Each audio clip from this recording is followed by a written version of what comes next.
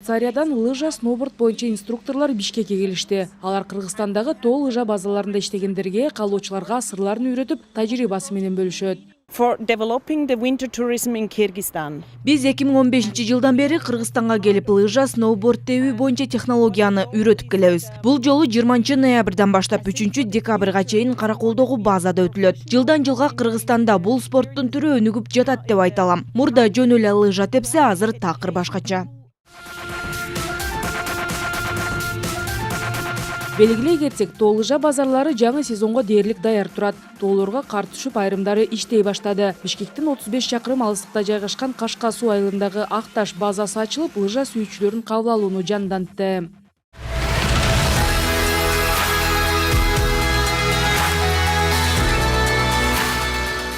Адистер белгилегендей, кышкы туристтик сезонго даярдык жайында эле башталган. Анткени эс алуучулардын коопсуздугун камсыз кылып бериш керек. Мындан улам лыжа трассаларына жана асма жолдорду бекемдөө иш-аракеттерине өзгөчө көңүл бурулат. Мы уделяем очень большое внимание. Кышында эс алуучуларды кабыл алууга даярдыгыбыз толук аяктаган. Бизге жыл сайын чет өлкөдөн миңдеген туристтер келет. Алар аба ырайына, жаратылышыбызга абдан суктанышат. Ошондуктан биз албетте биринчи кезекте алардын камын көрүшүбүз керек. Келген турист дени сак кайтып кетиши керек. Быйыл биз инфраструктураны дагы жакшыртууга аракет кылдык. Балдардын коопсуздугун камсыздоодо башкы орунда.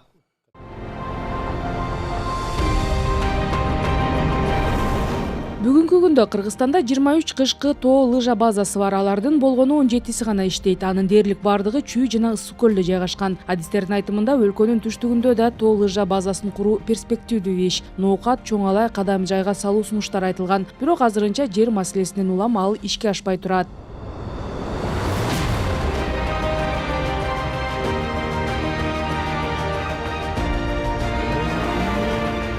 Расмий түрдө өлкөдө кышкы туризм ноябрдын аягы, декабрдын башында ачылат деп пландалууда. Ал үчүн туризм департаменти кайсы бир тоо лыжа базасын тандап алып, ири салтанат менен өтөт. Учурда кышкы туристтик мезгилди ийгиликтүү өткөрүүгө даярдыктар толук кандуу жүрүп жатат. Кышында болсо, биз дагы аябай көп туристтер келет. Европа өлкөлөрүнөн, Россия, Казакстан, Өзбекстан өлкөлөрүнөн көп туристтер келет деп божомолдоп атабыз.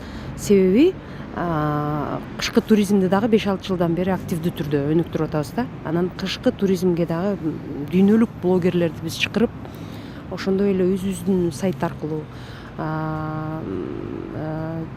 СММ аркылуу, интернет блогтар аркылуу кышкы туризмден, Кыргызстандын кышкы туризмин дараметин дагы мыкты деңгээлде маркетингдин негизинде жылдырып атабыз да, илгерилетип атабыз.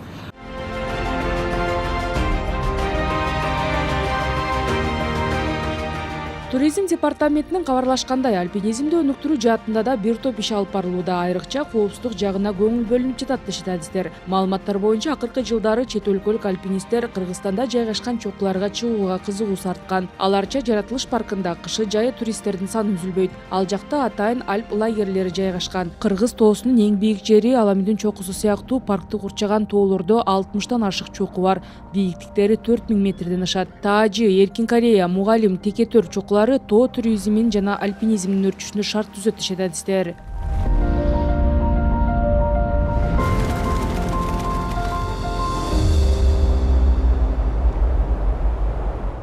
Негизинен жылда келет, альпинисттер келет да, бул Россиядан келет көбүнчөсү.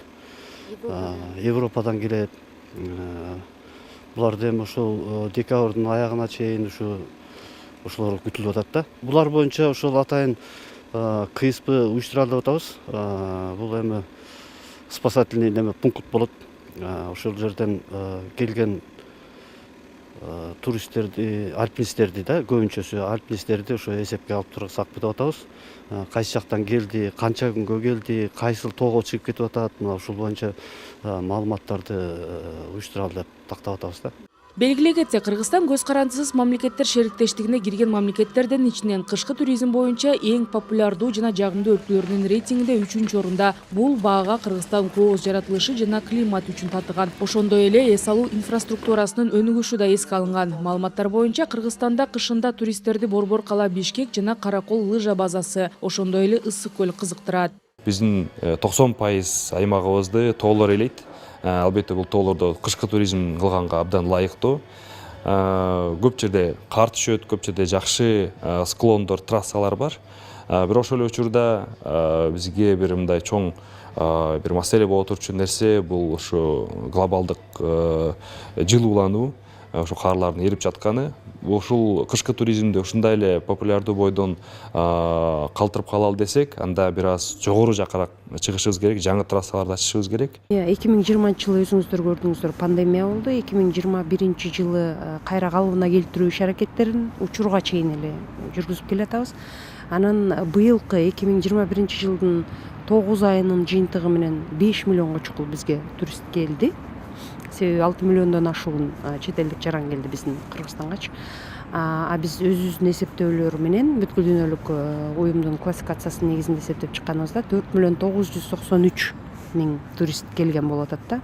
9 айдын жыйынтыгы менен. Туризмди өнүктүрүү мамлекеттин артыкчылыктуу багыттарынын бири. Бул максатта жаңы долбоорлор ишке ашырылууда. Жакында эле президенттин Бириккен Араб Эмираттарына болгон сапарында аталган өлкөдөн келген туристтердин санын көбөйтүү боюнча аракеттер жасалаары белгиленди. Буга байланыштуу аба каттамдарынын санын көбөйтүү чечими кабыл алынган.